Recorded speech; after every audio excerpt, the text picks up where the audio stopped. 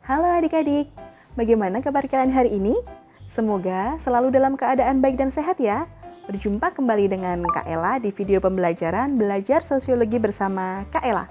Dalam video kali ini, Kak Ella akan mengajak kalian semua untuk belajar tentang apa itu sosialisasi.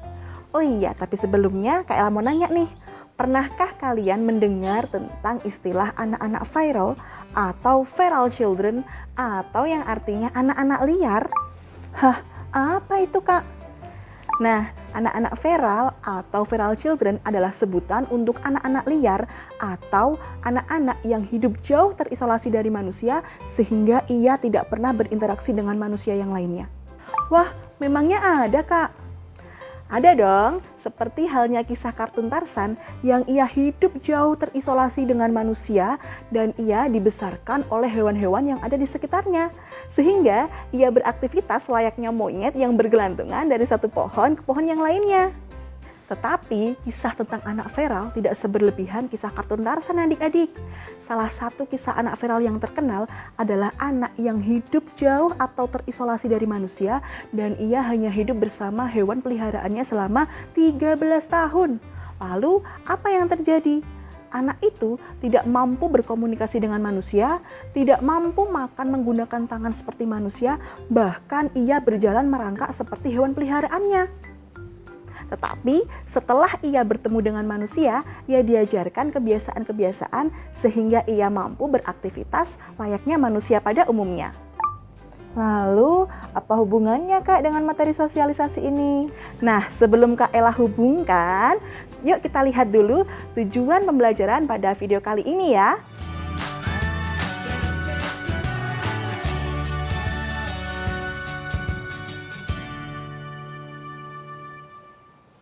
Tujuan pembelajaran pada video kali ini yaitu yang pertama, mampu menganalisis pengertian, tujuan, jenis, dan agen sosialisasi. Yang kedua, mampu mengaitkan konsep dasar sosialisasi untuk mengenali gejala sosial dan memahami hubungan sosial dalam masyarakat. Sosialisasi secara singkatnya adalah proses belajar. Manusia itu lahir layaknya kertas kosong, yang mana ia tidak mengerti mana yang harus dilakukannya dan mana yang tidak boleh dilakukannya. Sehingga manusia harus mengalami fase sosialisasi atau fase proses belajar agar manusia bisa mengerti mana yang boleh dilakukannya dan mana yang tidak boleh dilakukannya. Fase belajarnya harus dilakukan melalui interaksi dengan manusia yang lainnya. Lantas, bagaimana ya jika manusia tidak berinteraksi dengan manusia yang lainnya? Nah, itulah yang dialami oleh anak-anak feral. Ia tidak berinteraksi dengan manusia yang lainnya sehingga ia tidak mengerti mana hal-hal yang biasa dilakukan oleh manusia pada umumnya.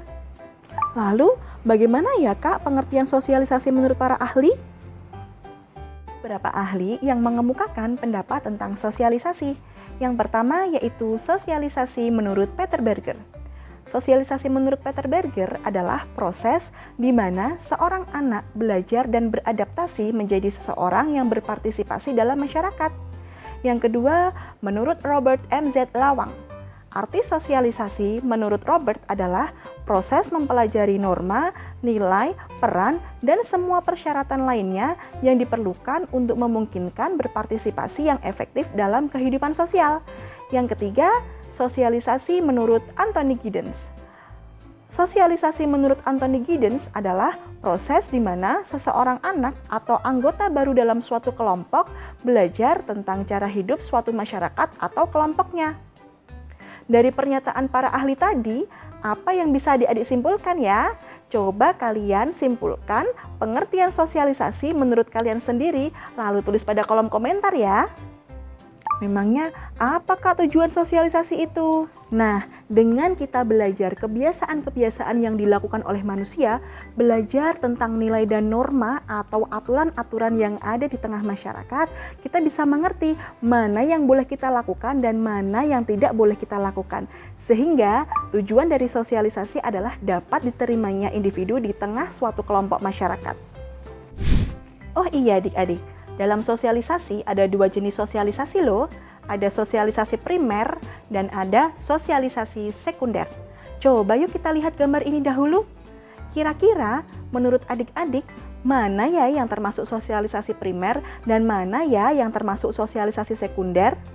Betul sekali, gambar A termasuk ke dalam sosialisasi primer dan gambar B termasuk ke dalam sosialisasi sekunder.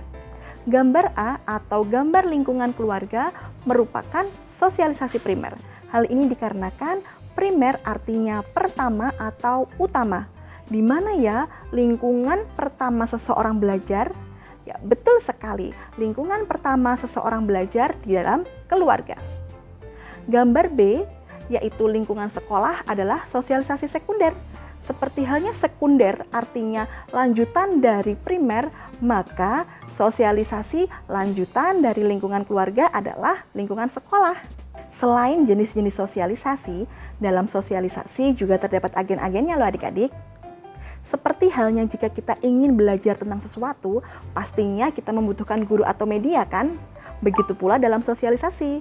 Ketika seseorang dalam proses belajar, maka seseorang membutuhkan guru atau medianya. Karena tidak mungkin kan seseorang belajar tentang cara-cara hidup dalam masyarakat tanpa guru atau tanpa media? Nah, berikut ini adalah agen-agen sosialisasi. Yang pertama yaitu keluarga. Yang kedua yaitu kelompok sepermainan. Yang ketiga yaitu sekolah, dan yang keempat adalah media massa. Nah adik-adik, agen-agen tersebut memiliki fungsinya masing-masing dalam melaksanakan sosialisasi. Kita ambil contoh dari agen keluarga. Keluarga merupakan agen pertama seseorang belajar tentang cara hidup atau apa yang boleh dilakukan dan apa yang tidak boleh dilakukan dalam masyarakat. Dari keluarga, kita bisa belajar cara berkomunikasi yang baik dan benar dengan orang lain. Lalu, apa ya jika agen tidak melaksanakan fungsinya dengan baik? Atau bagaimana ya jika agen tidak melaksanakan fungsinya dengan baik? Yuk kita simak kasus berikut ini. Seorang anak bernama Andi berasal dari keluarga kaya raya. Andi suka merokok, tawuran, dan balapan liar.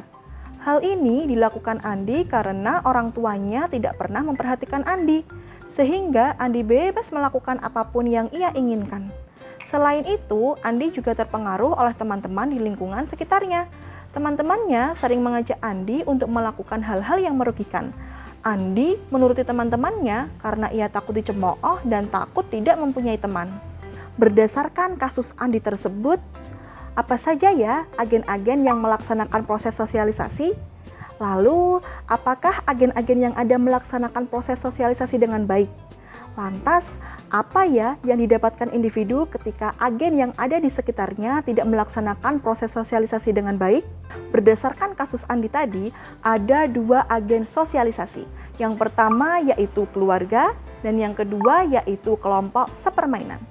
Keluarga yang seharusnya memberikan fungsi kasih sayang, fungsi proteksi, fungsi pengawas sosial tidak dilaksanakan oleh keluarga Andi, sehingga Andi melakukan penyimpangan atau berperilaku menyimpang dari nilai dan norma. Begitu pula agen kelompok sepermainan Andi.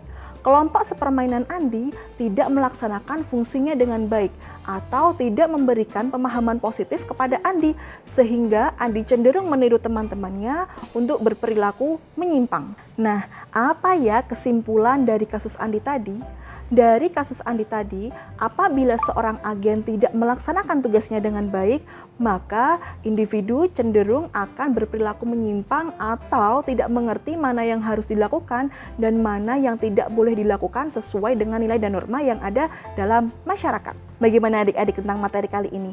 Kalian sudah semakin paham bukan? Apa ya kesimpulan dari materi kali ini? Wah, kalian hebat sekali. Sosialisasi adalah proses belajar yang mana individu harus mengalami proses sosialisasi agar mampu hidup dan beradaptasi di tengah kelompok masyarakat. Wah, kalian sudah hebat. Cukup sekian ya penjelasan dari Kak Ella. Berjumpa dengan Kak Ella di video-video selanjutnya. Bye!